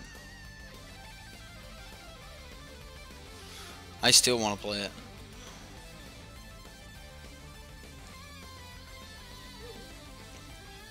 I mean, it stops Brontodon from swinging. I expect that we're almost to the point where he has to pretty much swing with everything. And if we get to start making knights, like, the main reason I decided to go ahead is because I'm at 7 mana. That means that I can actually hold this up and tap it to make a knight next turn. So, oh, come on, Choops. Oh, all right. 1, 2, 3, 4, 5, 6, 7. All right, we're at like 2. Oh, he's still using Llanowar for things. Ouch. 1, 2, 3, 4, 5, 6, 7. Yep, that'll be game. I shouldn't have played it. I shouldn't have played it. Yeah, that's game. So we're looking at 8, 9, 10.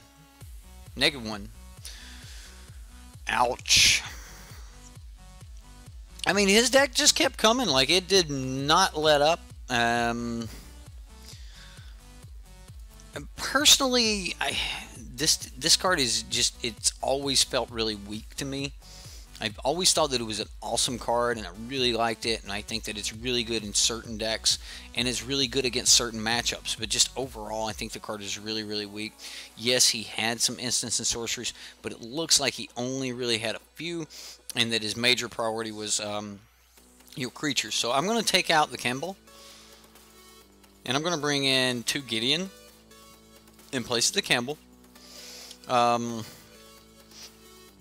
Stockpile is probably going to be pretty good. I don't think Mirage Mirror is where I want to be here. I'm going to keep 1 copy of it because it looks like there's some shenanigans there I want to play around with. But I want the Ixalan's Bindings. From everything I've seen, it looks like he has multiple copies of absolutely everything. So we'll try to Ixalan's Binding. So settle that shiitake mushroom. Yeah, I didn't expect him to actually be able to get ahead of me that fast. This is like all the cards we could possibly need if we just hit land. I'm going to keep it and pray. Like, this is such a risky keep, but we got 2 land. Like, let me know, guys. Would you keep this hand? I mean, we're looking at turn 3 history into turn 4 Saram history. I don't know, man. Like, this just seems like a really hard hand to pass.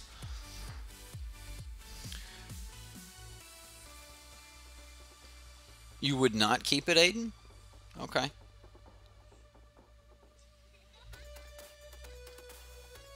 Oh, remove Tishar now that you don't have any targets. Yeah. I guess Tishar is not that great in this deck.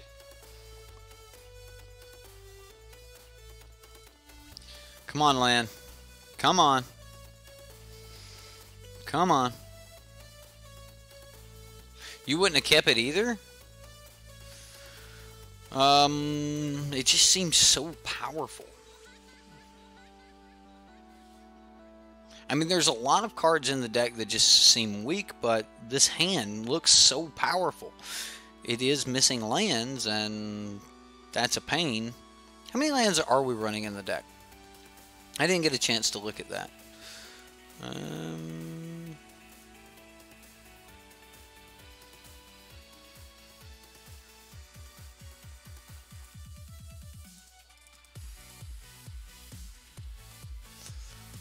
24 lands? Yeah, we're fine. We're fine.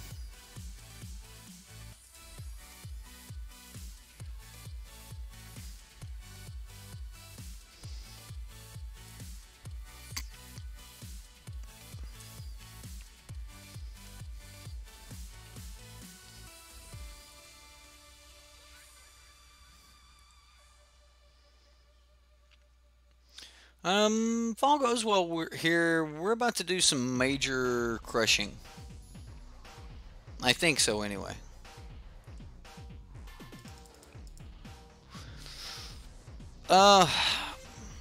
Yeah, we're gonna go history here.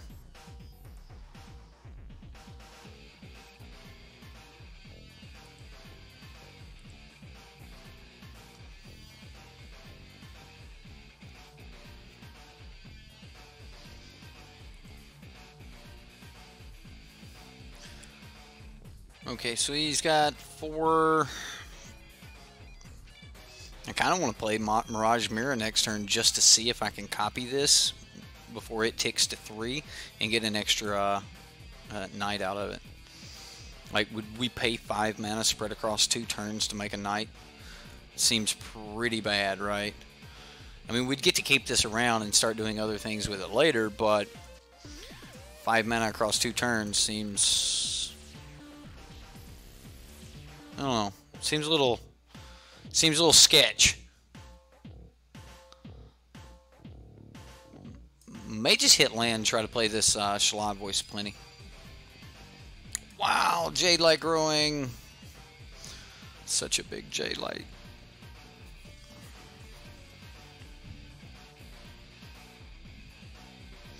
Walking Ballista. It's a whacking ballista.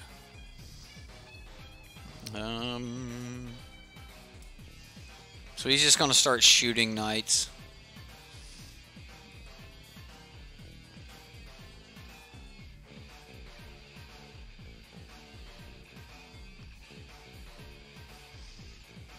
I mean, if he attacks with both of these, I put both in front of the Winding Constrictor. If he attacks with just the Glint Sleeve Siphoner, I put both in front of it.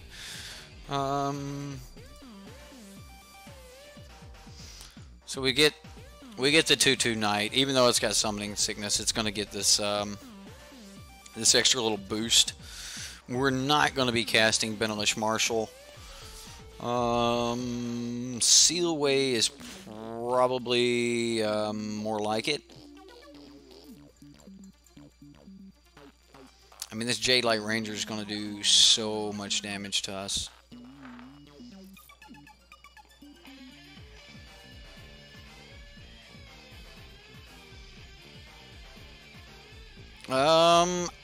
I think we have to pass, guys. Like, we just can't swing into this Jade Light. Our knights have been outclassed. A 6/5 is hard to deal with. There's another Jade Light. Well, the good news here is if he starts trying to get frisky and getting sideways with some of his bigger bodies, then we should be able to punish him for it. We'll see.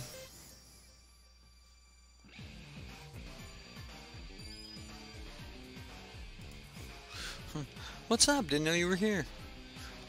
He's tapped out, so he can't get rid of my history this turn. I somehow doubt he swings with this. Yeah, he's just going to end combat. So yeah, we're just not getting any real value here. Not getting land.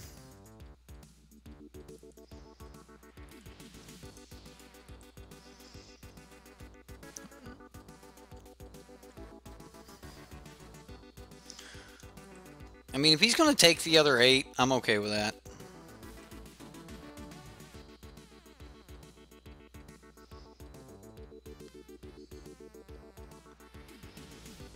What up, Cosmo? How you doing, buddy? Man, we need that land. We need that land bad. Ouch.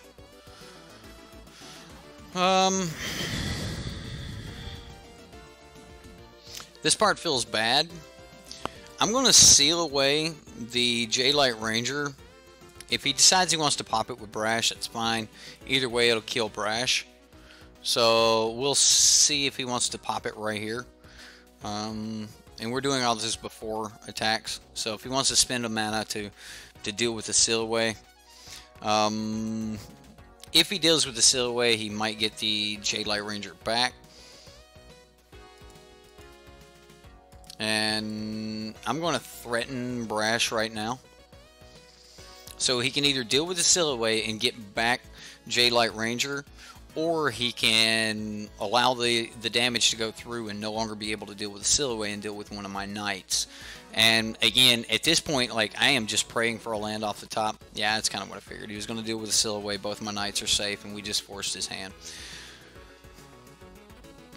Whether that's a good play or a bad play, I don't know, but I do know, wow, it's Jade Light's just right back to where it was at.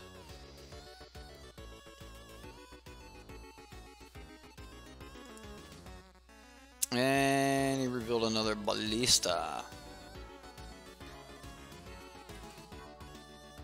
Well, I mean, it's going to be dangerous for him to swing.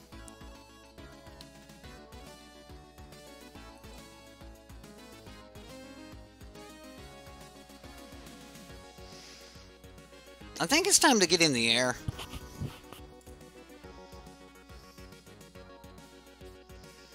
We can probably make him use his if near deadlands right here. Oh, no, he's already used it. So is this the turn that he's swinging?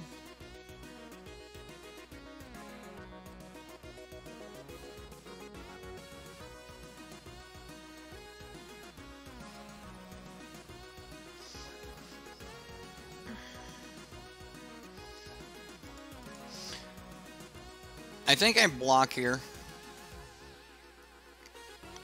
Next turn, we'll go Saram Expertise and drop a Lich Marshal off the Expertise. Yeah.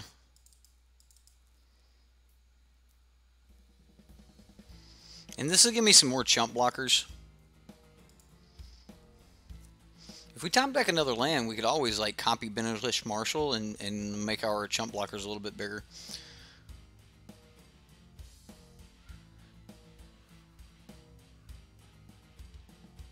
Just came back from a standard showdown, went 2-1 with Jeskai mid-range. Sounds like a lot of fun, man. I should play Justin's deck next. I will get that out some point this week. It is I will be recording it, and then we'll get it out at some point this week. So should be soon. Oh wow, what is this? Walking Ballista for $1 billion. Walking Ballista for 4. Make it 5. Shooting them down. Alright.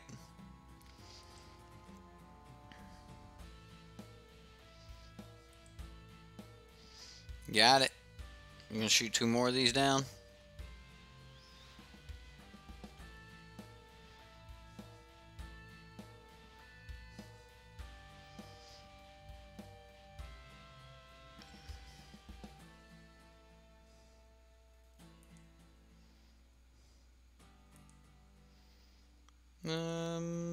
I guess we just stop the 6 points of damage here. We take the rest of it. Force him to swing with just the 6/5 here.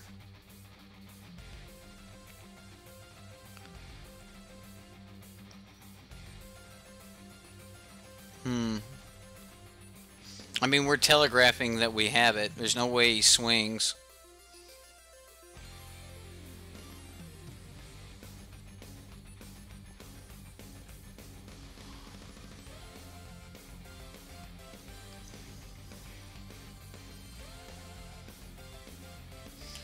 This is how some redneck streamer always says, this deck is bad against Ballista. Opponent plays a Ballista. He's like, do we just lose now? Who is that? I mean, I'm a redneck, but I don't just lose to,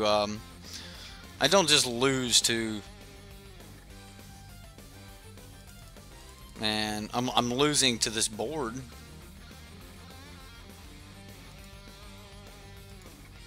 I mean, it's the only thing we can do is kill it. That's it. That's all we can do.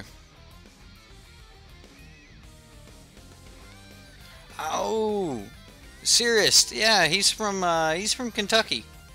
I know him. He gets mad at the decks a lot.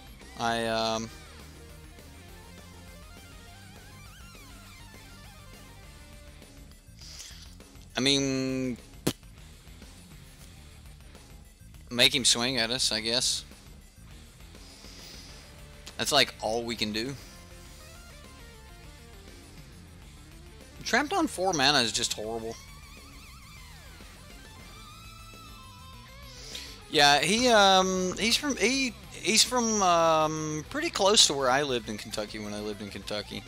Yeah, he gets mad at the decks a lot. Like, I I found him when I was looking for someone else who was running, you know, weird approach decks. That's going to be it, guys. That Verder Scarehulk's going to beat us. Yeah,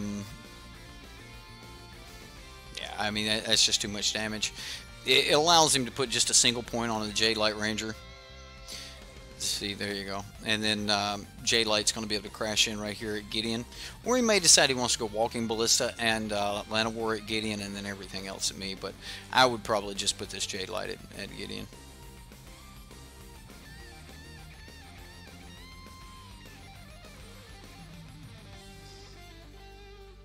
Okay. I mean, it doesn't matter. Anything at Gideon's going to do the job, but... Alright, well, I mean... That's the deck, Rush. We just got completely overrun, and like, honestly, dude, I got to talk to you about a couple things here. This Mirage Mirror's got to go, man. Like, what do you got the Mirage Mirror in here for that you just have to be able to copy something? Like, what? I get the Mirage Mirror is this cool card that it's supposed to do all these great things and do all these other stuff for you. I have never liked it. I think it's great in Commander decks, but I just don't think that there's a real good reason to play it. It's your birthday, no commentary. Heard. Get rid of the Mirage Mirror, dude. Drop the mirror. Keep one if you really, really want it. But get rid of the mirror. In my opinion, like, Ballista would be better here. Or something like that. I kind of like what you got here going on with Tashar bringing back Lich Marshall or something like that, but I don't necessarily know that you need 3 of it. I would probably make those cuts for sure, and definitely look at more 3 converted mana cost spells. Helm of the Host, we just never got there, and I think it's decent as, you know, 1 or maybe even 2 of in certain decks, but.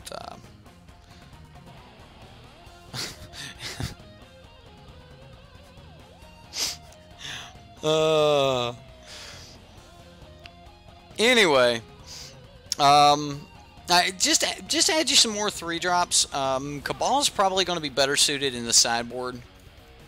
Honestly, I would bring my Gideons in main. Gideon's just a great card right now, and he's going to give you some really good answers against certain things. You're now going to be able to bring like Gideon back, but remember he is a historical spell, so if you were looking, you know, for a historical spell to put in place of Cabal, then you could. So no, in all seriousness, this deck was fair enough, Rush. It was a lot of fun though, and I really like the idea of playing something like a Saram's Expertise and then dropping a Lich Marshall, which is a really hard card to cast in the first place. And you know, like I said at the beginning, you know, it was going to be hard to cast the Lich Marshall, and as you could see, we were not able to cast it. But we were able to get it on the battlefield thanks to, you know, a little bit of deck construction here. So the Saram's Expertise is a really good way to cheat in that Lich Marshall, or I guess honestly any of the petals. So if you're running Saram's Expertise or one of the expertises that can cast a 3 converted mana cost, then you might be able to get away with throwing a petal in a multicolored deck. But it looks like the chat wants me to make sure, Rush, that you know that if you don't want to play something like this, you could always just go play Wizards. You know, we know how much you like Red-Blue Wizards, right? I mean, come on. We all know Wizards is great, right? What do you think about Wizards, Nightbot? Huh? What do you think, Nightbot? Are you even there, Nightbot? Ah, I still got to fix the user. I got to fix the @user. All right. Hidden Stockpile is pretty interesting. I think that you could probably like cut a card somewhere for like Anointed Procession or something like that. Like honestly, instead of the mirror, I would like to see Anointed Procession. But there's probably some other really good black-white cards that you could play that were creatures at 3 converted mana cost or less. Let's see. What good Champion of Wits is a wizard too? It is. It is a wizard. I really like the Dauntless Bodyguard, guys. Like, this card's better than I originally gave it credit for. This card's really good as like a 2 of or something in the deck, and just like drop it and be like, haha, now what?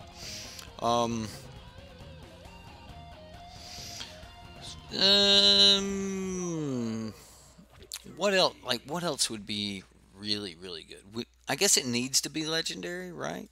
Let's do a little search here. I've got a few minutes here before we need to close this off. We got about 8 minutes before I wrap this up. So yeah, I'm gonna talk just the minute. You don't see Wizards lasting long. Nah, Wizards is needing something, or I don't know what it is, but Wizards is definitely not what I'm wanting to see. So we've got a bunch of 3 converted mana cost here. Let's look at legendaries. Grow, grow, grow. I'm not doing an encore. Like, we played the deck. Every deck gets one shot. You know, that's kind of how it goes. We're not doing an encore. I am trying to think of a card that you could bring in that would be worth trying to cheat back onto the battlefield. I mean, this is not a bad idea, Rush. Seeker's Squire. It's not horrible. I mean, it's 2 converted mana cost. It's going to allow you to, to scry a little bit. The Knight of Malice would be really good. Like, I think that you could definitely get away with running the Knights. Honestly, I really like the Knight of Malice with how white your deck is. Kitesail Freebooter, bringing that back with your Tishar would be really good. I honestly though, I would probably throw a couple more Knights in here and try to take this more towards Knights than I would anything else. And if I did take it towards Knights, I'd probably just drop the hidden stockpiles and the Saram's expertise altogether, and then kind of clean up the land base. Rush says, I never played this deck. You tested it for me. Well, this is a horrible test. Just seeing a one-game showcase is just a horrible test. So, as always, it's really hard for me to say, whether a deck is good or bad, as I'm only getting to see, just a small glimpse of what the deck can do.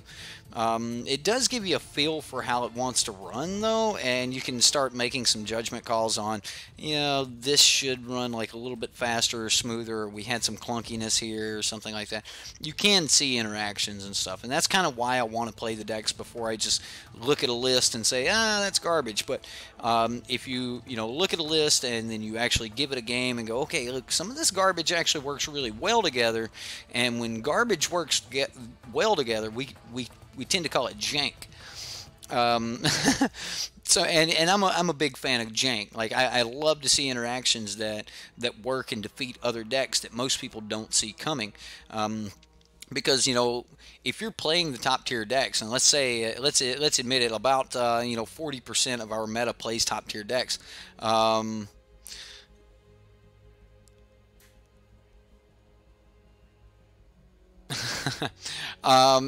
when you, sorry, I was reading chat there. If you make it a, if you're playing against a top tier deck, you're going to know exactly what you're playing against. And when you're playing jank, the opponent already goes, ooh, there's some spice here. I have no clue what could come out of this opponent. So yeah, those are always fun. So no, Eric, test for me. Don't tell me how to live my life. Alright, guys. James, should you not be testing it before submitting a deck? And some people want to submit a deck. Okay, so some people that submit decks to me from the Patreon games, some submit like you do, James, where you're actually like you've got a very serious deck. You can tell it when you see it. When someone submits like a very close to top tier deck, that means they're really serious about this deck. This is a deck that they had fine-tuned. When you submitted your Dinos deck a few months back, you really had it really close, and you just wanted some fine tuning, you just wanted a little bit of and I remember, James, like we were telling you, it was like, look, there's not a lot we can do here, but you know, we can start like really fine tuning it. And we spent a lot of time on your deck, and I love it when people send me a really serious deck, because you can be a lot more serious about a serious deck. If someone submitted, and Rush, like I'm going to use yours. You have already admitted that you didn't test this deck or anything else. So I'm going to use yours as the example here. When someone sends a deck that it's kind of not really tuned in any particular way, but just kind of got a lot of the good stuff together, you can tell they're not 100% serious about it and how bad they want to see this particular deck work. And most of the time, when I have someone who does really want a serious take on the deck, we will be a lot more serious about it, and we'll give it a little bit more time and talk about it a little bit more with chat and break down each individual little thing.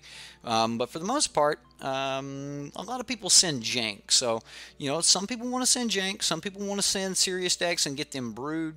We've got Ryan the Fire Burns, who does a little bit of both. We've got you, who always sends good, like, hey, this is a deck that I'm wanting a good opinion on, and that's you, James. You're always sending good, tried and true, like, hey, look, let's get that final little tweak that takes this over the edge.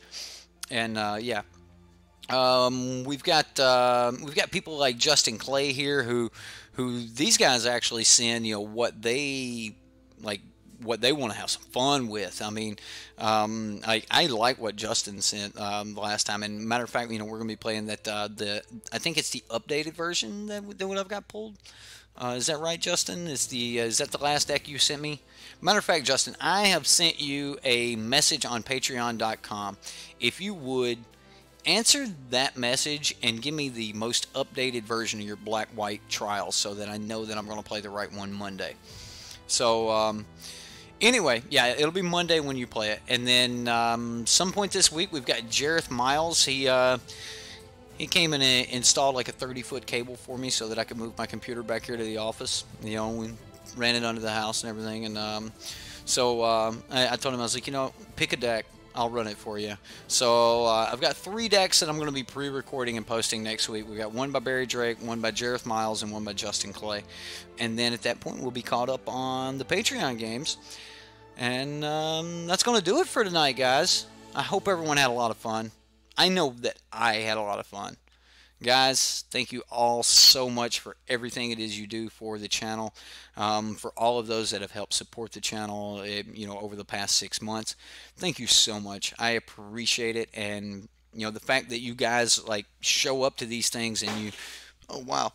The fact that you guys show up to these things and just do what you do, just the amount of love you show in chat and things like that. I definitely just got to say thanks. Thanks for everything, guys. You guys are awesome. So, guys, have a lot of fun. I always have fun. We'll see you next time here on SideboardMTG. Stick around for the credits, and much love. Nah, that ain't right. That ain't the end of my show, right? We don't do much love. It's just that I had fun, you had fun. Yeah, right. See you guys. Yeah, smash that like button. Show these guys you like their that's not how you spell Lincoln.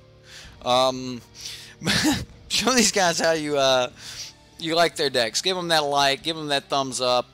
Subscribe to the channel if you're new. Sign up for manatraders. Use the coupon. If you're checking out manatraders, SD's got his link down there in the description box. Anyone that is still listening and you go to sign up for manatraders, use SD's link. Let's see if we can get him a free month. Other than that, guys, much love to you. My name's Eric. We'll see you next time here on SideboardMTG.